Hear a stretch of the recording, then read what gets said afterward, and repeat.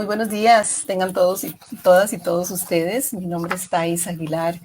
Bienvenidos y bienvenidas a mi programa Contravía en esta plataforma de Voces por Mediacache. Espero que hayan tenido un lindo fin de semana en estos días de verano tan llenos de sol, tan calurosos, tan lindos como se ponen en Costa Rica. Así que pues espero que hayan descansado y tengan una semana muy fructífera. El programa de hoy tiene una invitada muy especial. Tal vez algunas de ustedes la conocerán, pero creo que no muchas personas pues habrán oído hablar de ella, puesto que es una funcionaria de carrera del Poder Judicial. Es la magistrada de la Sala Cuarta, Nancy Hernández López. Doña Nancy recientemente fue nombrada oficialmente por la Cancillería de Costa Rica como candidata a un puesto de jueza en la Corte Interamericana de Derechos Humanos. Ella sustituiría el nombramiento que se vence ahora hacia finales de año, si mal no recuerdo, de doña Elizabeth Odio. Y para procurar mantener esa representación femenina en esta corte tan importante, el gobierno, y por recomendación también de doña Elizabeth, según entiendo, el gobierno va a presentar la candidatura de doña Nancy Hernández, a quien le vamos a dar la bienvenida. Muy buenos días, doña Nancy. Buenos días, muy buenos días, Thais, a usted y a su audiencia. Es un gusto compartir con ustedes esta mañana. Bueno, qué dicha, nos alegra mucho que haya podido sacar esta hora para conversar con la audiencia de Voces por Mediacache. Y vamos a comenzar un poco conociendo a Nancy, a ver quién es, y también nos gustaría pues, que nos contaras un poco tu carrera en el Poder Judicial y por qué también has decidido aceptar esta candidatura a la Corte Interamericana de Derechos Humanos. Sí, bueno, con mucho gusto, casi que por un accidente, yo diría, del destino, porque yo no me visualicé primero como abogada y menos como una abogada de derechos humanos. La vida me puso en el camino la oportunidad de trabajar con una gran persona que fue don Luis Paulino Mora, que en paz descanse, que fue mi profesor de Derecho Penal, que en el año 87, cuando yo me gradué, era ministro de Justicia. Él me pidió que le ayudara en el ministerio y me topé con un sistema carcelario muy deteriorado, con serios problemas de derechos humanos. En esa época se dieron muchos motines y muertos, y enfrentando esa realidad y las familias que están alrededor del sistema penal en general, tanto víctimas como privados de libertad, me di cuenta que esta era mi pasión y di mis primeros pasos ahí en el sistema penitenciario, atendiendo motines, calabozos, muertos. De ahí pasé a la Sala Constitucional en un puesto de letrada, que es un puesto como de asistente legal de los magistrados, y me tocó la oportunidad de ayudar a instalar la jurisdicción constitucional en el país, que fue una gran revolución en temas constitucionales y derechos humanos, desde buscar los escritorios hasta ayudar a escribir las primeras posiciones jurídicas jurisprudenciales. Posteriormente, bueno, trabajé con el magistrado Pisa Escalante, que fue expresidente de la Corte Interamericana de Derechos Humanos, y también con don Luis Paulino. La mayor parte del tiempo con don Luis Paulino. Me pude formar con grandes juristas y me encontré mi pasión y mi vocación de servicio. Me dediqué 25 años a hacer carrera ahí en la sala, porque como ustedes saben no hay tribunales especializados de derechos humanos fuera de la sala, ¿cierto? Sino que el único lugar donde uno puede ejercer la judicatura, digamos, o apoyo a la judicatura, es desde la Sala Constitucional. En el ínterin tuve la oportunidad de trabajar en muchos proyectos de ley para mejorar la situación de derechos humanos. Trabajé en la Comisión Nacional de SIDA, los medicamentos retrovirales Antirretrovirales. Para que no fueran discriminados. Me tocó trabajar también en la comisión que adaptó toda la legislación de niñez y adolescencia a la nueva Convención de los Derechos del Niño.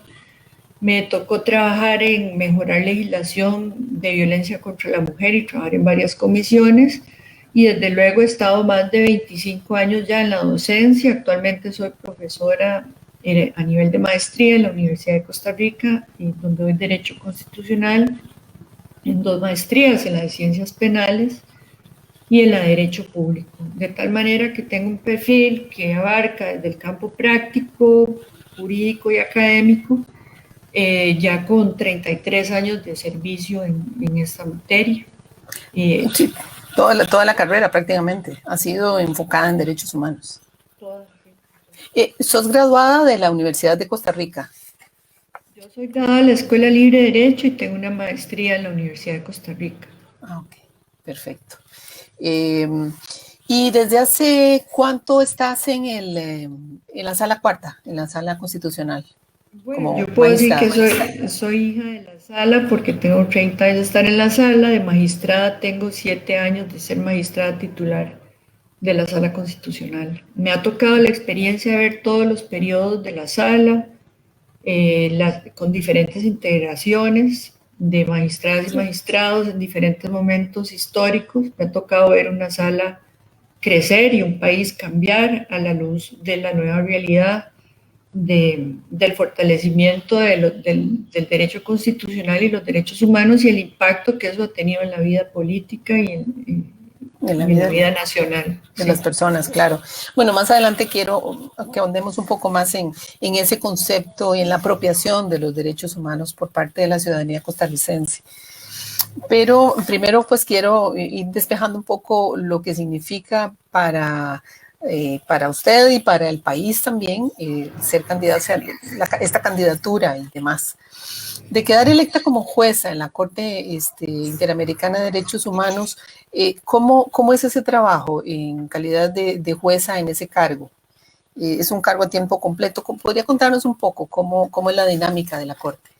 Bueno, existen 3 sistemas regionales de derechos humanos en el mundo, 3 cortes regionales. Está el sistema africano, el sistema europeo y el sistema interamericano.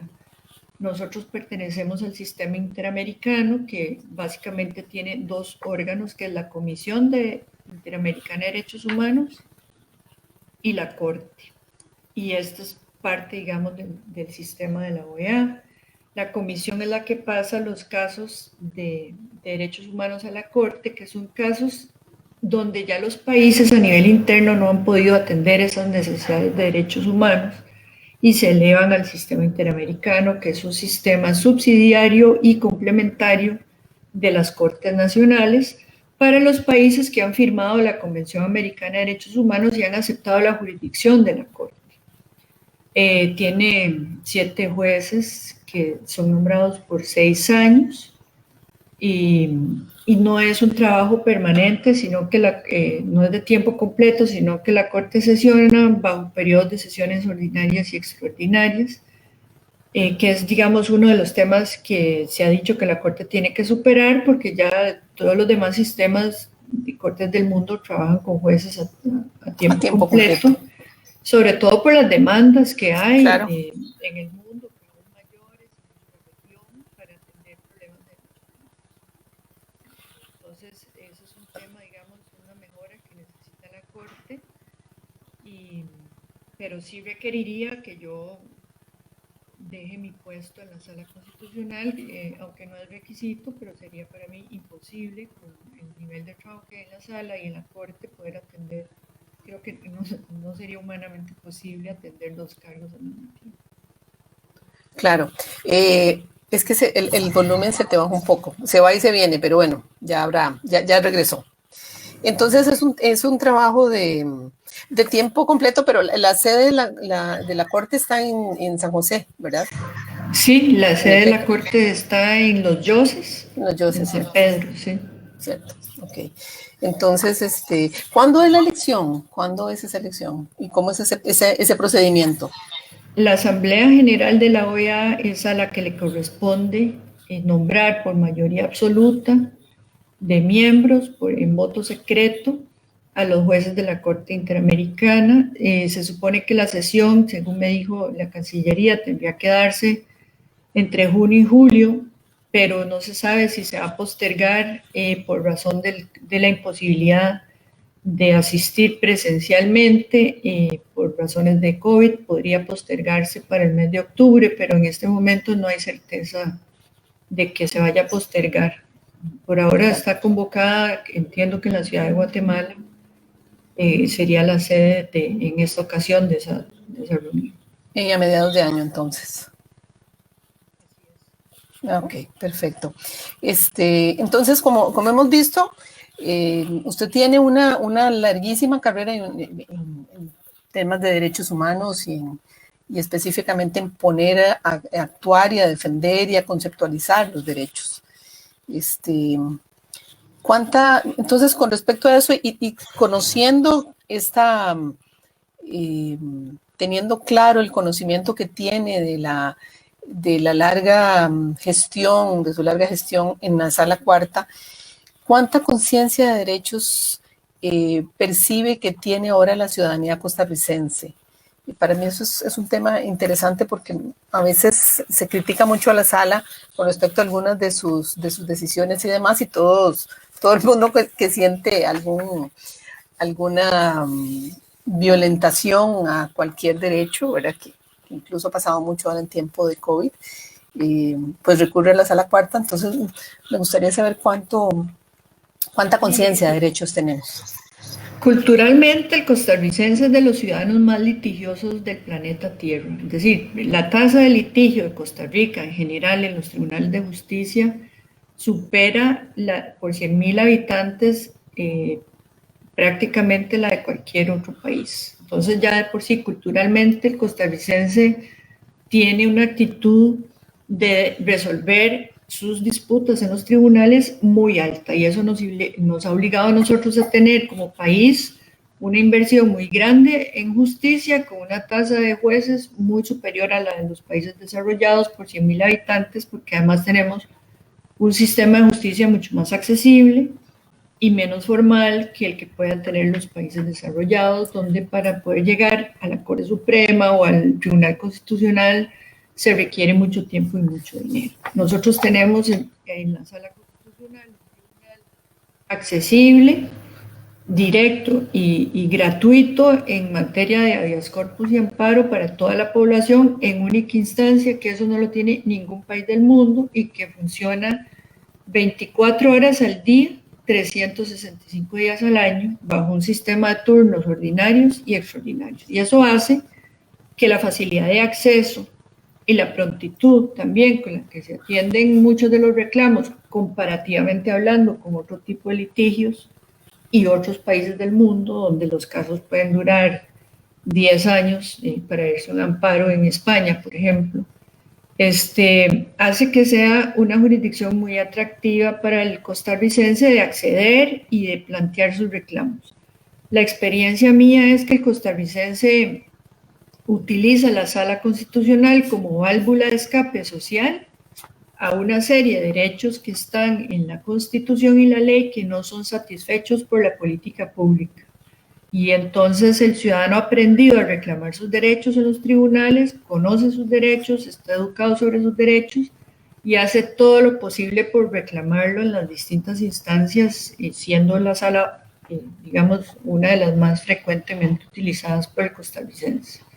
Dicho esto, de que el costarricense utiliza los tribunales, que conoce sus derechos y que tiene un sistema de protección muy amplio a nivel nacional y a nivel interamericano, yo siento que ha habido un deterioro en la cultura de los derechos humanos en Costa Rica de hace 30 años para acá, que me parece que es un defecto del sistema educativo costarricense que tiene que ser corregido lo más pronto posible. Es decir, ¿en qué sentido es ese deterioro de derechos? Por ejemplo, así con un ejemplo muy concreto. El costarricense ha dejado de valorar la democracia y las obligaciones jurídicas, el peso del Estado de Derecho y la importancia de que se respeten ciertos derechos frente al poder, ¿verdad? Y entonces usted ve en encuestas donde cada vez más gente quiere un gobierno autoritario sin saber el impacto que eso va a tener sobre sus libertades, la pérdida de libertad, el riesgo asociado con el autoritarismo en la calidad de vida, y la gente no entiende lo que es entrar en perder la democracia y el Estado de Derecho y las consecuencias que eso va a tener en su vida personal. Claro. Cuando el sistema educativo costarricense modificó el programa de cívica, incluso entiendo que lo abandonaron mucho tiempo, y modificó la estructura curricular del contenido de cívica, yo creo que el país perdió mucho. Es decir, ya no hay una formación en derechos, en el valor de la Constitución de peso, solo se ve tangencialmente el sistema democrático, la importancia de la Constitución, los frenos y contrapesos, los controles al ejercicio arbitrario del poder, y entonces hoy en día tenemos una mayor laxitud de las nuevas generaciones en la valoración de estos aspectos que son fundamentales para la supervivencia de la democracia y el Estado de Derecho, que como usted sabe, Thais, está bajo ataque en todo el mundo. Entonces, a pesar de que el costarricense litiga y defiende sus derechos actualmente, si nosotros seguimos por el camino que vamos de pérdida de valores democráticos y educación en democracia, incluida los derechos humanos, no estamos vacunados de perder la democracia o vacunados contra el autoritarismo. Y una vez que un país entra ese camino, no se sabe, usted sabe cómo comienza y no sabe cómo termina, ¿verdad? Claro, entonces, aquí se da por sentada que la democracia siempre va a estar y que no importa cuánto le demos de duro y cuánto... no, la democracia cuesta, hay que invertir en ella, hay que defenderla todos los días, es un trabajo muy arduo y a veces la gente no quiere hacer el esfuerzo que se requiere para mantener la democracia, y eso incluye respetar los tribunales de justicia, las decisiones de los tribunales de justicia, la independencia de los jueces, y no estar pretendiendo que la justicia se acomode a los intereses de ciertos grupos en la sociedad. Entonces, creo que comparativamente hablando, Costa Rica está muy bien, si tomamos en cuenta lo que está pasando en otras regiones. Claro, pero yo veo con mucha preocupación también el deterioro que se ha dado en el país comparado a hace 30 años, cuando empezó la jurisdicción constitucional. Además, siento que hay un backlash, por decirlo así, contra todo el movimiento de derechos humanos a nivel global. Parte de los populismos ahí lleva a cuestionar muchas formas de derechos, ¿verdad? De sectores, de los derechos de las mujeres, de los derechos de las personas con otras orientaciones, en fin, y creo que eso también ha venido a enredar un poco más esta situación, ¿o es idea mía? No, definitivamente hay un retroceso en todos los aspectos del Estado de Derecho y particularmente en el tema de los derechos humanos como tema central del Estado de Derecho. Hay una cultura mucho menos tolerante a los derechos de los demás, donde cada grupo quiere imponer sus derechos a otros grupos, y toda esa conflictividad se canaliza a través de los tribunales de justicia y se resuelve a través de mecanismos pacíficos todavía en Costa Rica, digamos. Por eso le decía que la sala es como una válvula de escape social a toda esa presión, que en vez de explotar a través de la violencia, todavía se litiga a través de los mecanismos del Estado de Derecho. Pero sí hay un retroceso mundial en esta materia y que está afectando las democracias como tales, ya no solo la parte de los derechos humanos, sino toda la base sobre la que se cimienta el sistema político democrático, porque no puede haber una democracia sin derechos y sin derechos humanos y sin respeto a la igualdad de la ley, la libertad de expresión, la libertad de pensamiento, los derechos económicos y demás. Y Y ahorita estamos cayendo en una actitud donde el fin justifica los medios y que a nadie le respeten los derechos adquiridos, y se ha convertido en una bandera de muchos populistas que terminan en países que retroceden hacia regímenes autoritarios.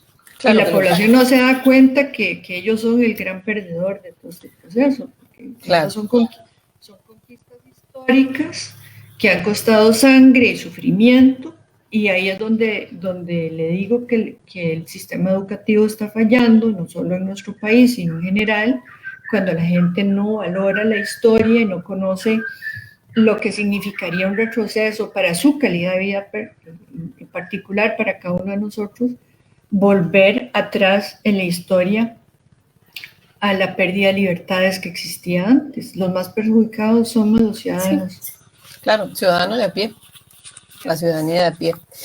Y entonces eso tiene mucho que ver con el sistema educativo, evidentemente, ¿verdad?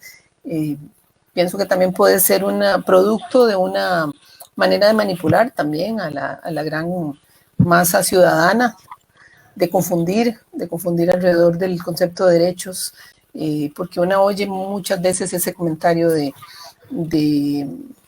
por ejemplo, se escucha mucho cuando las mujeres hemos ido adquiriendo derechos de igualdad en todo sentido, de que tenemos demasiados derechos. Nunca se tienen demasiados derechos, ¿verdad? Entonces creo que es un desarrollo progresivo para mejorar en dignidad y en calidad de vida. Y si usted se pone a ver un recuento histórico, la calidad de vida a través del respeto al Estado de Derecho para nosotros los ciudadanos ha mejorado notablemente con respecto a los siglos anteriores. Bueno, y ha costado muchísimo llegar a este nivel de desarrollo, que aunque falta montones, ¿cómo vamos a perder ese camino andado? Siglos de avance y de sangre? ¿Cómo vamos a perder eso? Claro, sí, no, totalmente. Entonces es muy interesante esa medición que significa la Sala Constitucional, cómo es esa válvula de escape, que no, por lo general no la vemos de esa manera. Y me gustaría saber si con base en esa afluencia de recursos de amparo ante la Sala, ¿cuáles son la mayor cantidad de derechos o de acciones que reclama la ciudadanía? ¿Qué es lo que más recibe la Sala? ¿Qué es lo que más tiene que ver ustedes? O sea, porque eso también nos permite ver dónde la gente siente que está cojeando el país y que está cojeando el sistema democrático, para lograr tal vez un poco bueno, y si ante eso que ustedes reciben han encontrado respuesta también de otras instituciones estatales. Sí, mire, nosotros recibimos ahorita cerca de 25,000 recursos al año para una población de 5 millones de habitantes, que es una tasa de litigio muy alta. No hay ningún tribunal constitucional del mundo que tenga este nivel de demanda, lo cual nos alerta a que el país tiene una insatisfacción ciudadana en la satisfacción de derechos básicos y que la está canalizando a través de distintas instancias, ¿verdad? Lo mismo le pasa a la Defensoría de los Habitantes y a la Sala Constitucional y a los tribunales de justicia en general. La Sala no es un síntoma. Es un síntoma porque también podríamos verlo como un síntoma de conciencia de derechos, ¿o no? Sí, pero la gente no anda litigando por deporte. Entonces claro. Quiere decir que son demandas de derechos humanos no satisfechas por el sistema político. Entonces, la gente dice, mire, es que la Sala Constitucional se mete en todo. Bueno, no, primero la Sala no aborda ningún caso de oficio, sino a petición de parte. Segundo, claro. La Sala solo aplica la Constitución y los tratados internacionales de tal forma que son derechos que el legislador ha decidido darle a la población y que no están siendo satisfechos por las autoridades locales o nacionales. Entonces la gente dice, bueno, si a mí no me dan atención a la salud en la caja o me están dando yo tengo cáncer y me están dando la quimioterapia para dentro de 2 años, cuando esté muerta, entonces, ¿dónde reclamo yo? O necesito acceder a una información pública y llego a la oficina de gobierno y me dicen no le contesto, no le recibo, no la atiendo. Claro, es un problema de servicio público. Entonces, hay unos problemas estructurales muy serios en la sociedad costarricense que son las que nos generan la mayor cantidad de casos. El sistema de salud.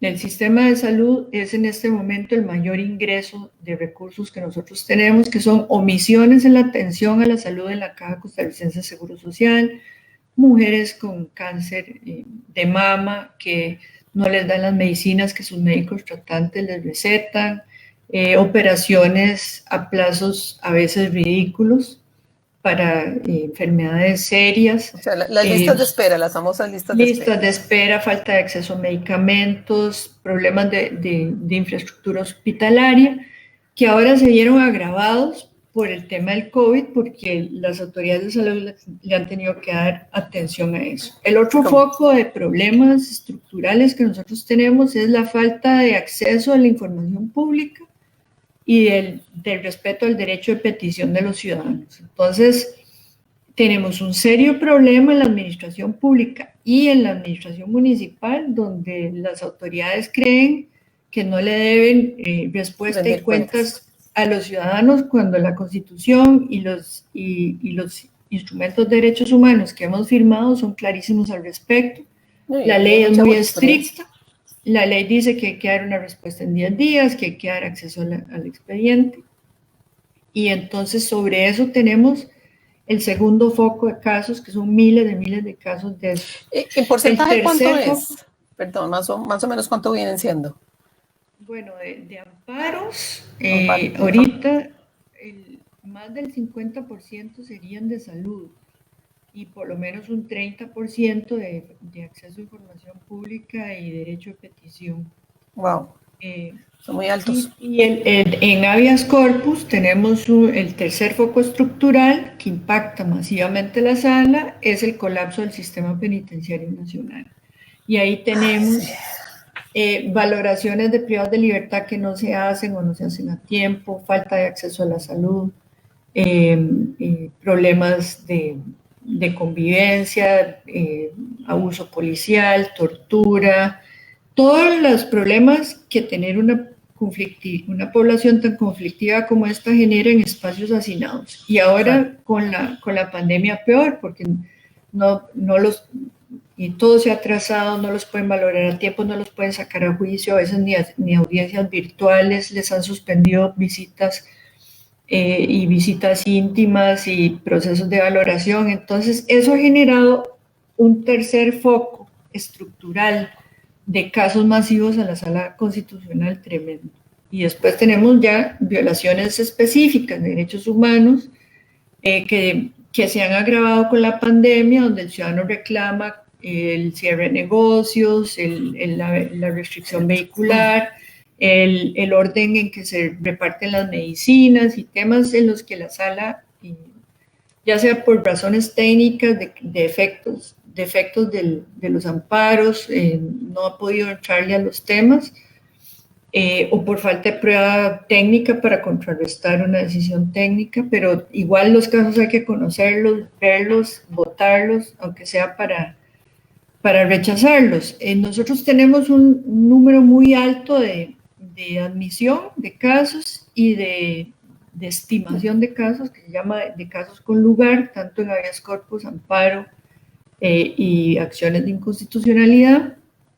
Y tenemos un muy alto grado de cumplimiento de parte de las autoridades sobre las sentencias de la Sala Constitucional. El Estado de la Nación hizo un estudio donde más del 95% de las resoluciones de la sala se cumplen en los plazos establecidos y el plazo que no se cumple se debe a imposibilidades materiales, digamos. Claro. Ya están desbordados ustedes. No, o que digamos una municipalidad que se le ordenó corregir un problema en un determinado tiempo, que es de infraestructura, la licitación no salió, se cayó, la Contraloría no la aprobó, pero entonces la sala empieza a administrar la ejecución de sentencias y ese 5% no es que no se cumple, sino que se cumple en un plazo tal vez más Más largo. manejado y con planes remediales más largos, pero el nivel de cumplimiento es muy alto. Y es el tribunal electrónico, además, más grande del país y el que más trabajo tiene. Tenemos más o menos unos 150 funcionarios y, como le digo, trabajamos en 2 turnos, de día y de noche, para atender emergencias en el caso del turno extraordinario. 24/7, sí. Y cada magistrado lleva un turno de una semana, de tal forma que cada 6 semanas nosotros trabajamos el turno ordinario y la disponibilidad de noche. Y la disponibilidad de noche en el caso nuestro, es gratuita y somos los únicos jueces del país que no cobramos la disponibilidad. Esto desde hace 30 años. Entonces cada 6 semanas, por ejemplo, cada uno de nosotros trabaja de día y de noche. Y es bastante pesado. Porque usted tiene que estar disponible, pendiente y conectado. Y cualquier recurso que entre en la noche le tiene que ser reportado para que usted lo analice a ver si es una emergencia o no. Y solo eso significa que usted tuvo que despertar, atender el asunto, volver a dormir, o si está en una actividad privada, tiene que salirse de la actividad privada. Claro. Bueno, cuando salíamos al cine, a mí más de una vez me tocó estar con mi hijo y tener que pararme al cine a firmar una resolución en la computadora, recibir una llamada telefónica en Navidad, en fin de año, el Día de la Madre, según a usted le toque. Claro. Es un trabajo muy duro físicamente para uno y muy duro para la familia. Me imagino que eso le pasa a los médicos que tienen que estar en disponibilidad, que es bastante para la familia, porque uno a veces está en un paseo y no está en el paseo, tiene que estar en una oreja en un lado. Entonces sí, es un trabajo claro, bastante muy pesado. Y se reciben muchos demandas por la noche. Sí, muchas demandas, sobre todo de casos de salud y de emergencias de habeas corpus, me acaban de detener, o privados de libertad que dicen me movieron de celda y ahí está mi enemigo, me van a matar, entonces a veces hay que tomar medidas cautelares inmediatas, claro. y estar atento. Y también llega mucho caso que no es emergencia, que la gente no quiere usar el sistema ordinario, y igual hay que verlo, valorarlo y pasarlo para la mañana, lo cual implica que usted a veces puede estar viendo entre 12 a 20 recursos, me ha tocado a mí en una noche. Wow. Sí, es que en general no tenemos, creo que desde los medios de comunicación no hemos sido lo suficientemente hábiles para contar cómo funciona la sala constitucional. ¿Verdad? Lo más bonito de todo esto es que la gente cree que la sala es este Olimpo de poder, que ve los casos políticos importantes, que también los ve, pero no es la sala del pueblo, de la gente común y corriente, que normalmente no tendría plata para acceder a un abogado y que tiene problemas muy serios que no están siendo atendidos por las autoridades correspondientes, y que dichosamente este país ha construido un sistema que les permite accederlo y tener una respuesta oportuna en la mayoría de los casos, y en tiempo relativamente rápido. Relativamente rápido. Y hemos tenido casos tan dramáticos, Thais, que a mí me tocó una señora pobre de un tugurio que está oxígeno dependiente, que le iban a cortar la luz porque ella no tenía el subsidio que el Estado le daba, no le alcanzaba para pagar la luz, y entonces tenía ya 3 notificaciones de que le iban a cortar la luz, y si le cortaban la luz se moría. Que una persona sin educación, como es ella, pueda acceder a la sala constitucional y obtener tutela inmediata con una medida cautelar para no morir desde un tugurio sin abogado, y en menos de 24 horas estaba tutelada y ganó el recurso, eso no pasa ni en países desarrollados. O sea, en un país desarrollado tiene que ser representada y atendida por una ONG, y tiene que agotar toda la vía de recursos para poder llegar a la Corte Suprema, y mientras eso pasa, la señora quién sabe qué hubiera pasado. Claro, pasan meses, pueden pasar meses.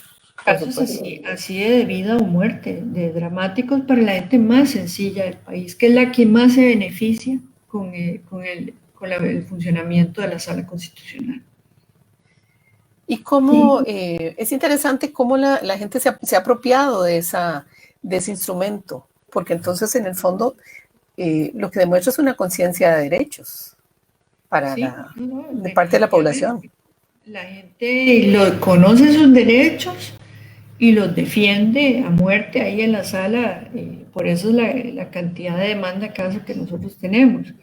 Pero eso no quiere decir que no sienta yo que existe un deterioro en la cultura de respeto.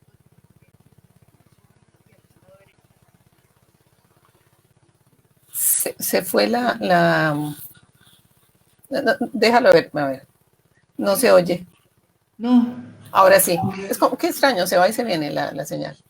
Pero no, ahora sí, en realidad. Le repito que a pesar de que el costarricense todavía litiga y defiende sus derechos, yo sí siento que hay un deterioro en la cultura de defensa del Estado de Derecho en general, que pasa por deficiencias enormes en nuestro sistema educativo. Claro, ese es el primer lugar donde deberíamos corregirlo, como república, como Estado. Así es. Claro. Seguir fortaleciendo este tipo de mecanismos internos de defensa de los derechos. Lo ideal es que la gente no llegara a la Sala Constitucional y que la política pública le pueda dar un nivel de satisfacción suficiente a la ciudadanía a nivel tanto de municipio como de política general. Claro, en la medida en que hayan vacíos en la política pública es que la gente accede a los tribunales de justicia para pedir los derechos que el Estado no le está garantizando. Claro. Muy interesante la dinámica de trabajo y todo lo que tiene que ver la Sala Constitucional, que es un organismo complejo. Bueno, quería agregarle que la gente se queja de la judicialización de los conflictos. Y yo digo, bueno, y si no los judicializamos, ¿cuál va a ser la válvula de escape? Si no los resolvemos a través de los mecanismos del derecho, la gente los va a exigir a través de los mecanismos de la violencia. Entonces, lejos de ver a la Sala Constitucional como un estorbo de la democracia, yo creo que hay que verlo como un aliado de la democracia, como un fortalecimiento de la paz social y la estabilidad del sistema democrático, porque la gente confía en la justicia, accede, la mitad gana, la mitad pierde, más o menos, pero la gente queda satisfecha de que fue a un lugar donde pudo reclamar su derecho y tuvo una explicación y en muchos casos una satisfacción del derecho.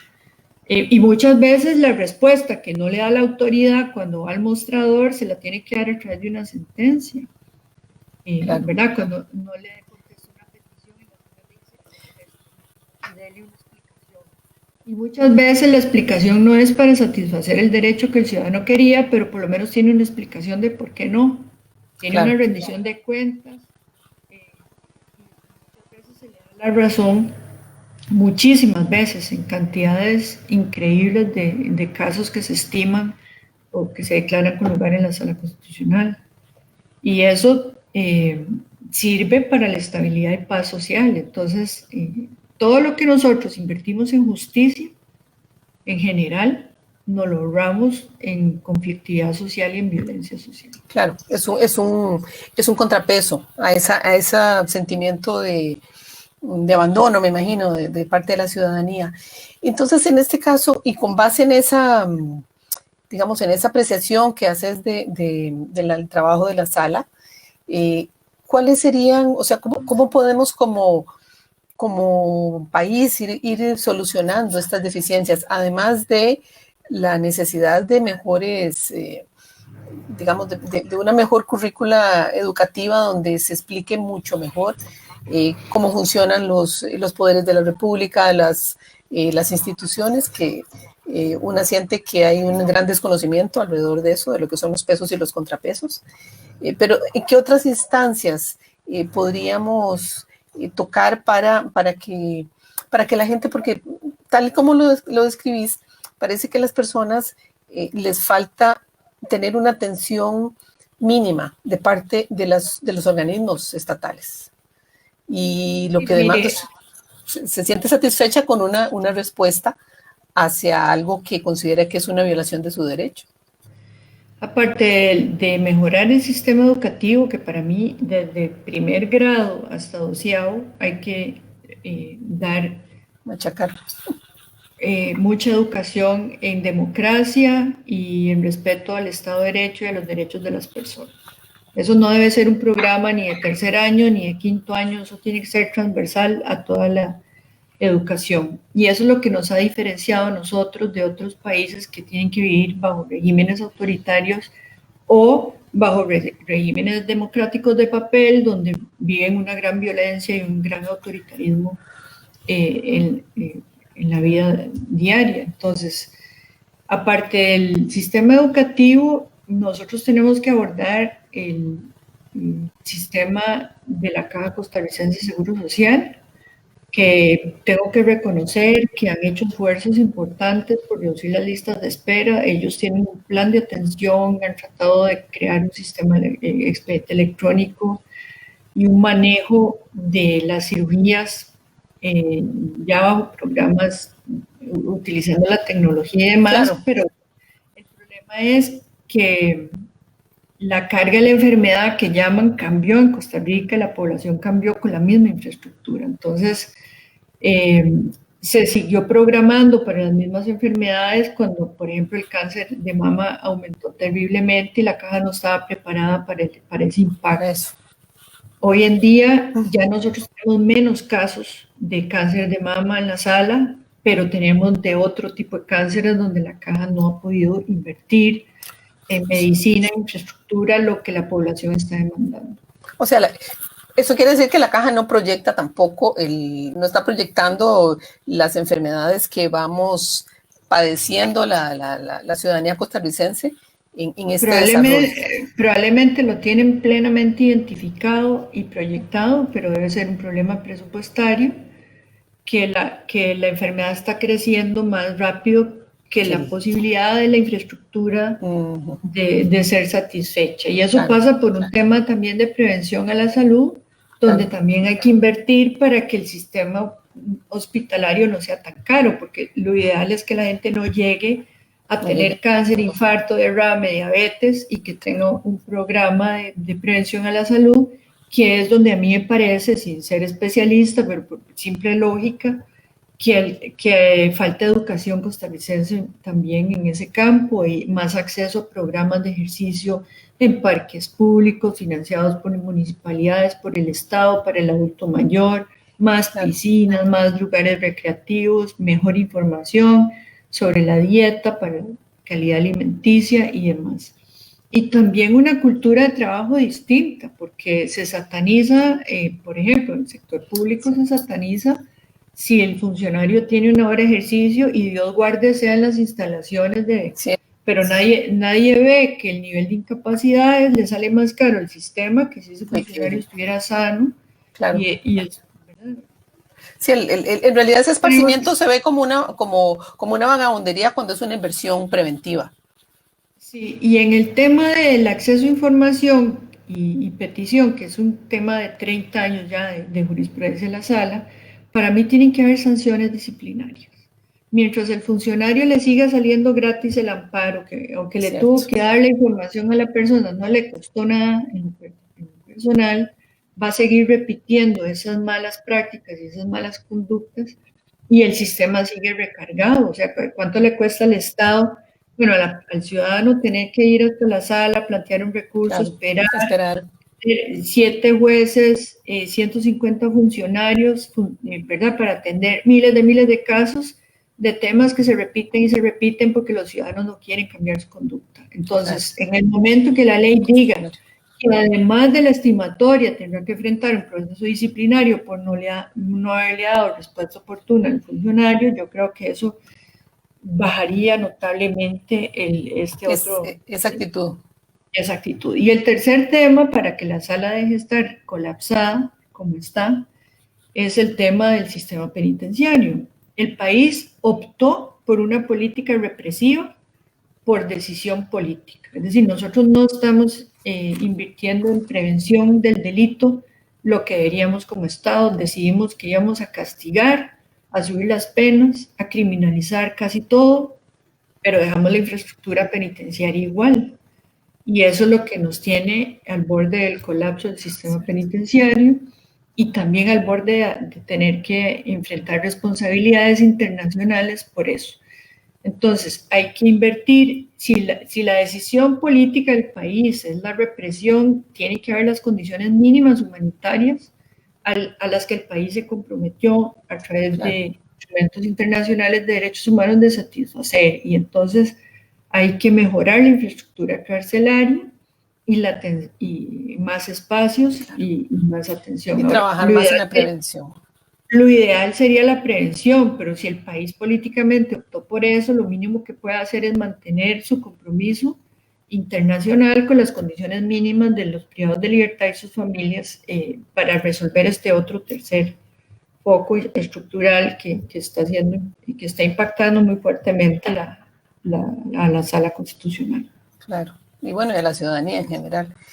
Y nos quedan pocos minutos y quería esta última pregunta enfocarla en la presencia de las mujeres en la alta judicatura, en el sistema, en el Poder Judicial, porque usted fue ha sido de las pocas, o es de las pocas mujeres que en este momento ostenta, creo que hay otra compañera más, ¿verdad?, en la sala constitucional en este momento, pero por mucho tiempo estuvo sola, me parece.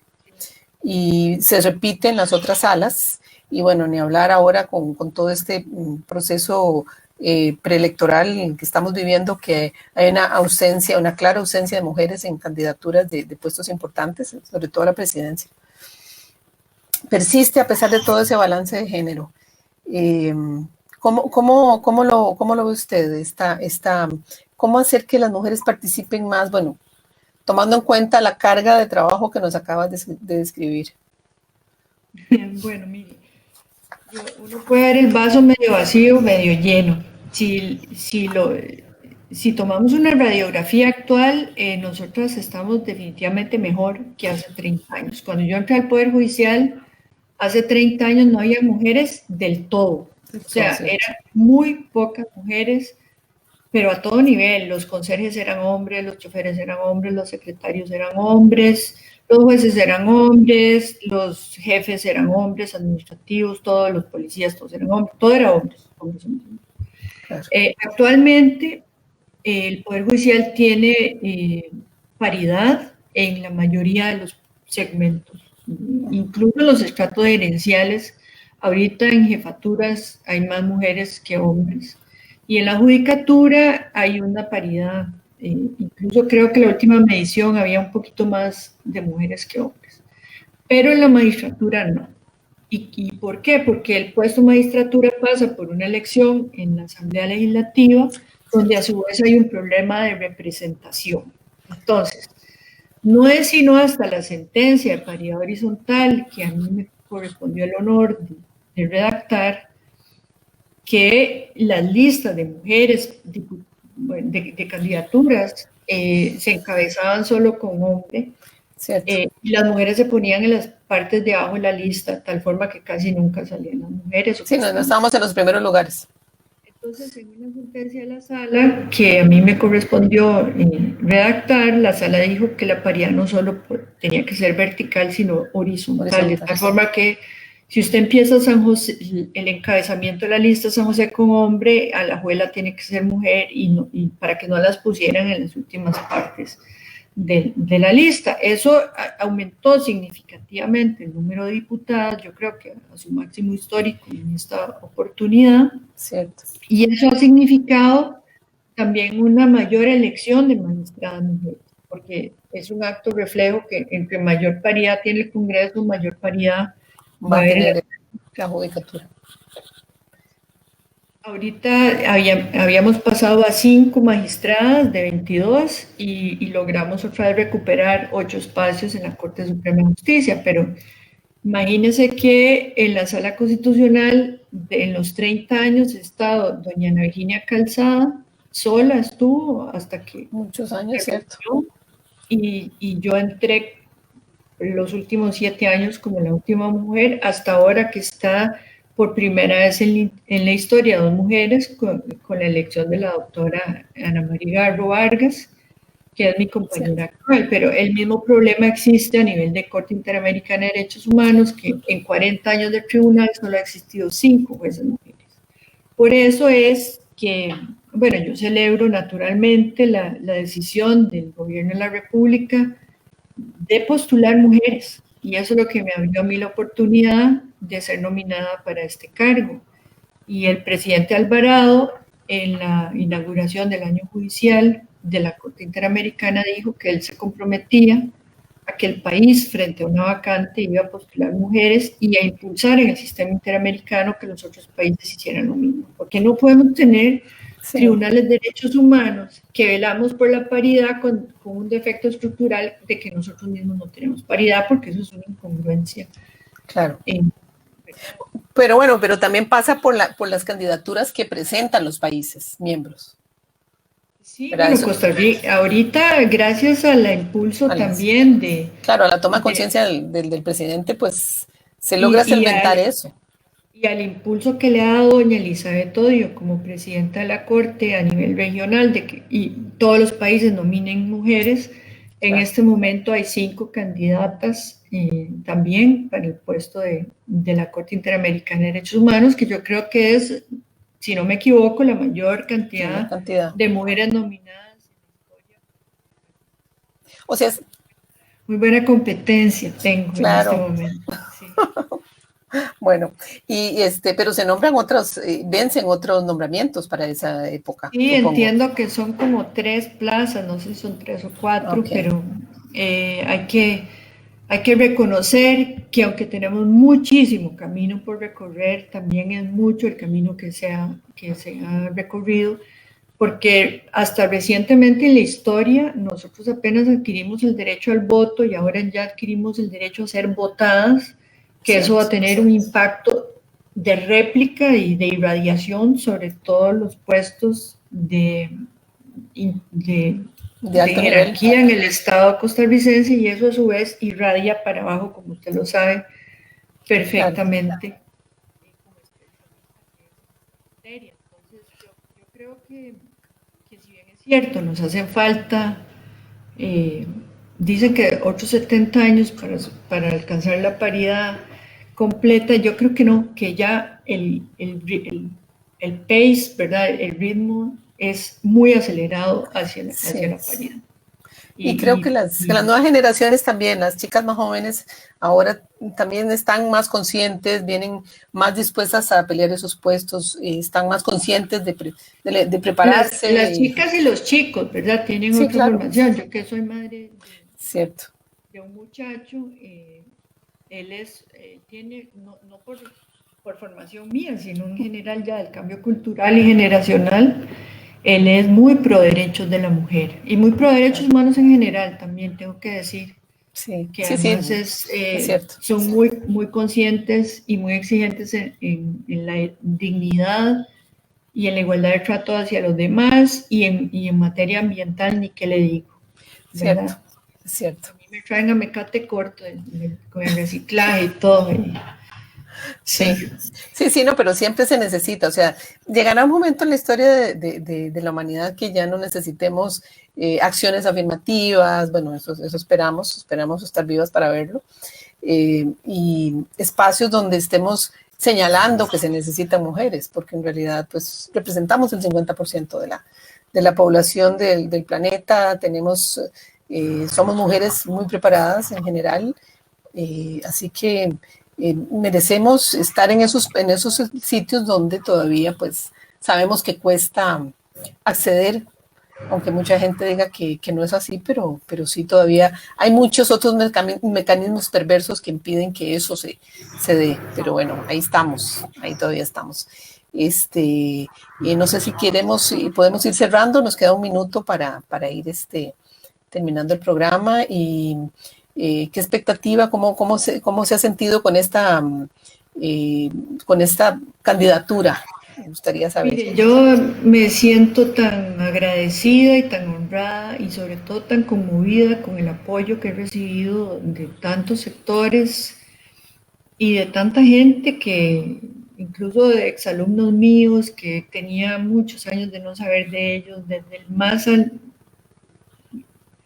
remoto rincón del país me han escrito para decirme, profe, usted me cambió la vida con lo que me enseñó, siga adelante, luche por ese espacio, desde el apoyo de la mayoría de mis compañeras y compañeros en el Poder Judicial, de la Corte, de la familia,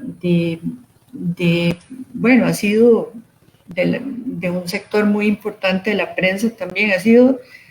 Yo me siento como súper conmovida y muy agradecida también con el apoyo del Gobierno de la República y la Cancillería, que yo sé que están buscando los espacios de negociación, que son muy arduos, que es una tarea muy cuesta arriba, pero no imposible. Claro, claro.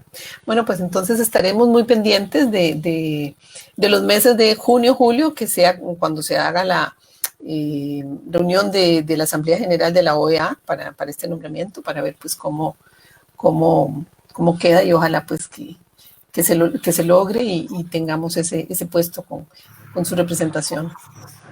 Muchas gracias, Thais, a usted y a su audiencia. Con solo la nominación y la oportunidad de participar es un gran honor para mí. Claro, pues le deseamos muchísima suerte, muchos éxitos y mucho ánimo para lo que falta. Bueno, pues este ha sido el programa de Contravía de hoy. Vamos a remover a Nancy por acá.